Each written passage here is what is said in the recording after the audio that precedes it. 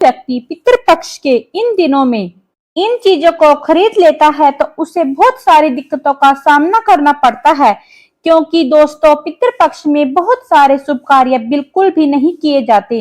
तो आपको भी भूलकर भी पितृपक्ष में इन चीजों को नहीं खरीदना है। और दोस्तों इस वीडियो में मैं आपको बहुत ही महत्वपूर्ण जानकारी देने वाली हूँ कि पितृपक्ष में वह कौन से कार्य होते हैं जो किसी भी व्यक्ति को नहीं करने चाहिए, वरना उनके पितृ उनसे नाराज हो सकते हैं और नाराज होकर उनके पितृ उनके जीवन में बहुत सारा कष्ट देंगे। क्योंकि जब हमारे जीवन में पितृ हमसे नाराज हो जाते हैं तो हमें पितृदोष लग जाता है, जिस वजह से हमें अपने जीवन में हर प्रकार की परेशानी का सामना करना पड़ता है। दोस्तों अगर हमारे जीवन में पितृदोष लग जाए तो हमारे बने बनाए काम भी बिगड़ जाते हैं। अगर आप चाहते हैं कि आपके पितृ आपसे प्रसन्न रहे, वह आपसे कभी भी नाराज ना हो, तो आप इन श्राद्ध के दिनों में, पितृपक्ष के दिनों में अपने पितरों के निमित्त पिंडदान अवश्य ही कीजिए, जिससे आपकी पितृपक्ष यानी आपके पितृ आपसे खुश रहे, उनको तृप्ति मिल सके। ऐसा कहा जाता है कि पितृपक्ष के दौरान हमारे जो मृत पूर्वज होते हैं वह पितृलोक से हमसे मिलने के लिए धरती पर आते हैं और अपने परिजनों के बीच में रहकर वह अन्न और जल को बड़े ही प्रेम से ग्रहण करते हैं। पितृपक्ष की महत्वपूर्ण बातें बताते हुए स्वयं भगवान श्री कृष्ण जी ने भी कहा है कि पितृदेव हमारे घर में देवता के रूप में आते हैं, जो हमारे घर की रक्षा किसी कवच के समान करते हैं। ऐसे में जिन घरों में स्वयं पितृदेव खुश रहते हैं तो उस घर में कभी भी संकट भूलकर भी नहीं आता, क्योंकि वह संकट आने से पहले ही पितृदेव उसे खुद के ऊपर हर लेते हैं। लेकिन अगर किसी घर से कोई पितृदोष लगा हुआ होता है तो उनके पितृ देवता उनसे नाराज हो जाते हैं और उस घर में हमेशा ही लड़ाई झगड़े होते रहते हैं, ग्रह क्लेश, धन की परेशानी और घर में बीमारियां और बहुत सारी समस्याएं बनी रहती है। ऐसे घर में कुछ भी कभी भी मंगल नहीं होता। और जो पितृपक्ष के 16 दिन होते हैं वह अपने पितरों को खुश करने के लिए होते हैं। इस पितृपक्ष में हर व्यक्ति अपने पितरों को बड़ी ही आसानी से खुश कर सकता है, लेकिन आपको कैसे पता लग सकता है कि आपके घर में पितृदोष है या नहीं? तो दोस्तों आज की वीडियो में हम इसी विषय पर आपको बताएंगे और साथ ही आपको यह भी बताएंगे कि कैसे पता लगा सकते हैं कि आपके घर में पितृदोष है या नहीं, किस तरीके से आपको लक्षण दिखाई देंगे, साथ ही उनके उपाय भी शेयर करेंगे। इस वीडियो में हम आपको पूरी जानकारी देंगे, साथ ही हम आपको एक ऐसा कार्य भी बताएंगे जिससे आपके पितृपक्ष में आपको जरूर करना है। अगर आप यह कार्य नहीं करते तो आपके देवता आपसे बहुत ज्यादा नाराज हो सकते हैं, जिसकी वजह से आपके घर में कंगाली छा सकती है, आपके घर परिवार में संकट आ सकता है, आपके जीवन की खुशियों को किसी की नजर लग सकती है। दोस्तों सबसे पहले हम आपको बता दें कि यह जो भी जानकारी है हम आपको बताने वाले हैं, इसका उल्लेख शिव महापुराण में बड़े ही विस्तार से किया गया है। बस हम आपके सामने इसे आसान भाषा में रख रहे हैं, तो आइए जानते हैं इसे बड़े ही विस्तार से। श्राद्ध पक्ष यानी जो यह पितृपक्ष की जब शुरुआत होती है तो जो भी हमारे पितृ देवता होते हैं या जो भी हमारे पितृ होते हैं, जिन्हें हम पूर्वज भी कहते हैं, इन्हें पितृलोक से मृत्युलोक में भेजा जाता है और यह सर्वप्रथम हमारे घर में ही आते हैं। चतुर्थी, पंचमी, प्रदोष, एकादशी सब कुछ इसी बीच आएगा। ऐसे में जिन दिनों में आपके पितृ इस दुनिया को छोड़कर गए थे, उसी दिन आपको उनके बड़ी ही सच्ची श्रद्धा से श्राद्ध करना है। अगर आपको तिथियां नहीं पता है तो आप इसे अमावस्या के दिन भी कर सकते हैं। तो सबसे पहले आप जान लीजिए कि 16 दिनों में ऐसी कौन सी गलतियां होती हैं जो बिल्कुल नहीं करनी चाहिए और कौन से उपाय हैं जो आपको अवश्य ही करना है, जिससे आपके पितृ देवता आपसे खुश रहेंगे और आपके हर एक परिवार के सदस्य की उन्नति होती रहेगी। आपके ऊपर पितरों का आशीर्वाद हमेशा बना रहेगा, क्योंकि दोस्तों यह पूरा खेल पितृदोष का ही होता है।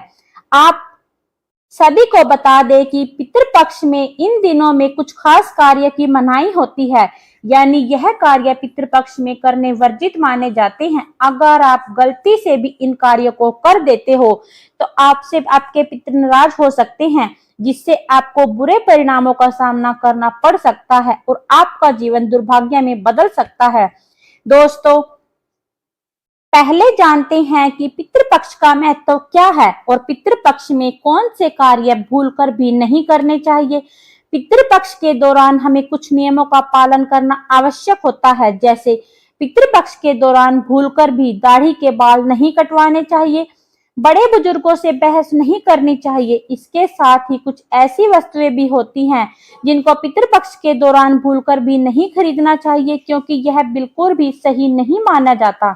ऐसी चीजें खरीदने से पितृ नाराज हो जाते हैं। चलिए जान लेते हैं उन वस्तुओं के बारे में, लेकिन उससे पहले आपसे रिक्वेस्ट है कि हमारे चैनल भाव्या की आस्था को प्लीज सब्सक्राइब कर लीजिए, बेल आइकन को प्रेस कर दीजिए, जिससे कि मेरी आने वाली वीडियो की नई नोटिफिकेशन आपके पास सबसे पहले पहुंच सके।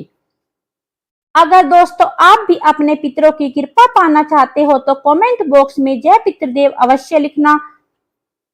साथ ही इस वीडियो को अपने फ्रेंड सर्कल, फैमिली में जरूर शेयर करना, ताकि उनके पास भी ये जानकारी पहुंच सके, वे भी इस जानकारी से वंचित ना रह जाए और उन्हें भी उनके पितरों का आशीर्वाद प्राप्त हो सके। चलिए जानते हैं, पितृपक्ष के दौरान नमक का दान करना बहुत ही महत्वपूर्ण माना जाता है। इस दौरान नमक का दान आप कर सकते हैं, लेकिन आपको पितृपक्ष के दौरान नमक को भूलकर भी नहीं खरीदना चाहिए।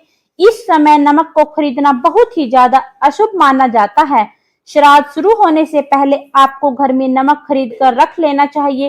पितृपक्ष के दौरान नमक खरीदने से हमारे घर में लगातार बीमारियों का घर बन जाता है।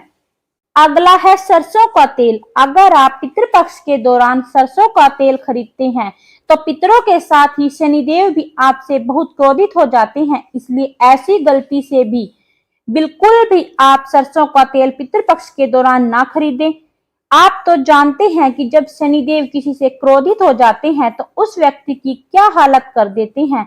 इसको भी पितृपक्ष शुरू होने से पहले तेल को खरीद कर रख देना चाहिए।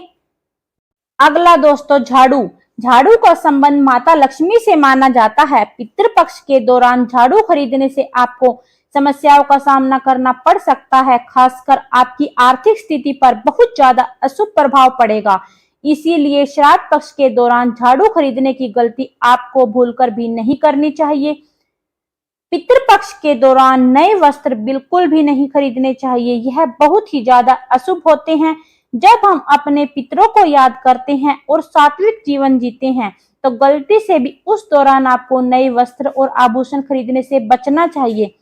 इस अवधि में ज्यादा से ज्यादा साज सज्जा करने की वजह बल्कि आपको सात्विक रहने से पितृदेव हमसे बहुत ही ज्यादा प्रसन्न रहते हैं। पितृपक्ष के दौरान आपको वाहन, भूमि, भवन 15-16 दिनों तक आपको बिल्कुल नहीं खरीदने चाहिए। गलती से भी आप अगर ऐसा कर लेते हैं तो इसके गंभीर परिणाम आपको भुगतने पड़ सकते हैं। इस दौरान भूमि या वाहन की खरीदारी करने से फायदे की जगह आपको नुकसान उठाना पड़ सकता है। चलिए अब जानते हैं कि पितृपक्ष में किन चीजों का खरीदना होता है शुभ। काले तिल।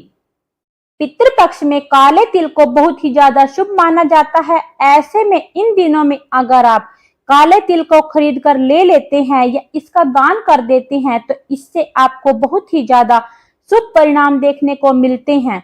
पितृपक्ष में जीरे की खरीदारी करना भी बहुत ही ज्यादा शुभ होता है। धार्मिक दृष्टि से जीरे को सोना माना जाता है और पितृपक्ष में इसे घर में लाने से या दान करने से हमारे जीवन में लगातार वृद्धि होती रहती है। श्राद्ध क्रम में कच्चे चावल का इस्तेमाल किया जाता है, इन्हें चांदी के समान माना जाता है, तो ऐसे इन दिनों में चावल घर में लाना बहुत ही शुभ होता है। इससे हमारे जीवन की परेशानियां दूर हो जाती हैं। चमेली का तेल। शास्त्रों के अनुसार कहा जाता है कि अगर हम पितरों को चमेली का तेल अर्पित करते हैं तो इससे वह तृप्त हो जाते हैं। ऐसे में पितृपक्ष के दौरान चमेली के तेल को घर में लाना या दान करना बहुत ही शुभ होता है। नए कपड़े। पितृपक्ष में जहां खुद के लिए नए कपड़े की खरीदने की मनाही की जाती है, वहीं पर पितरों के निमित्त के लिए इस दौरान नए कपड़ों का खरीदना बहुत ही शुभ माना जाता है, क्योंकि इससे पितर बहुत ही जल्दी प्रसन्न हो जाते हैं, आशीर्वाद भी देते हैं और हमारे जीवन में बिगड़े कार्य को हमको सफल बना देते हैं। लेकिन हमें ध्यान रखना है कि इस दौरान खरीदे गए कपड़ों को ब्राह्मणों को दान कर सकते हैं, खुद के इस्तेमाल के लिए नहीं खरीदना है। सफेद फूल, पितरों को खुश करने के लिए सफेद फूलों का यूज किया जाता है।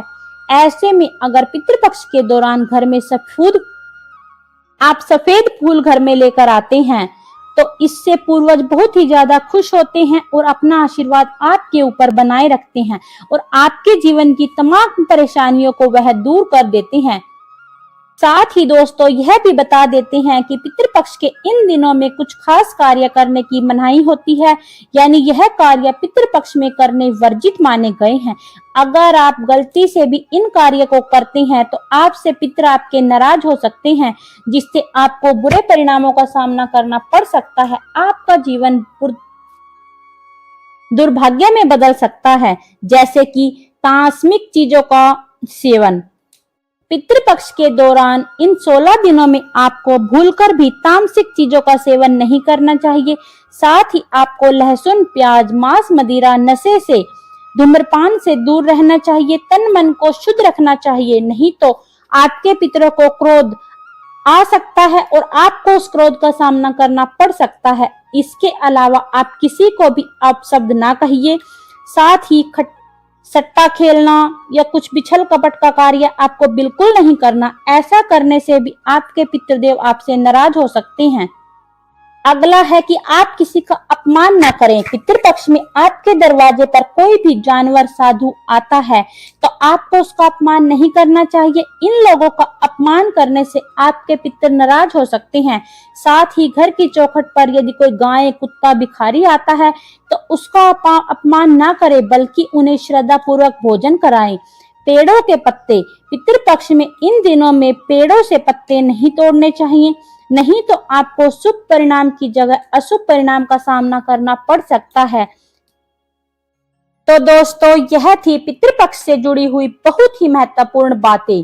आपको पितृपक्ष में इन बातों का बहुत ही ध्यान रखना है, जिससे कि आपसे कोई गलती ना हो और आपके पितृ आपसे नाराज ना हो, क्योंकि जब हमारे जीवन में पितृ नाराज हो जाते हैं तो हमें बहुत सारी दिक्कतों का सामना करना पड़ता है। हमारे बने बनाए काम भी बिगड़ने लग जाते हैं। इसीलिए आपको इन सारी बातों का ध्यान रखना चाहिए, इन बातों का सच्ची निष्ठा से पालन करना चाहिए। पितृपक्ष के दौरान अगर आपको हमारे द्वारा बताई गई जानकारी में से कुछ भी उपाय करते हैं तो आपको निश्चित ही अपने जीवन में पितृदोष से मुक्ति मिल जाएगी। आपके जीवन में सदैव संपन्नता बनी रहेगी।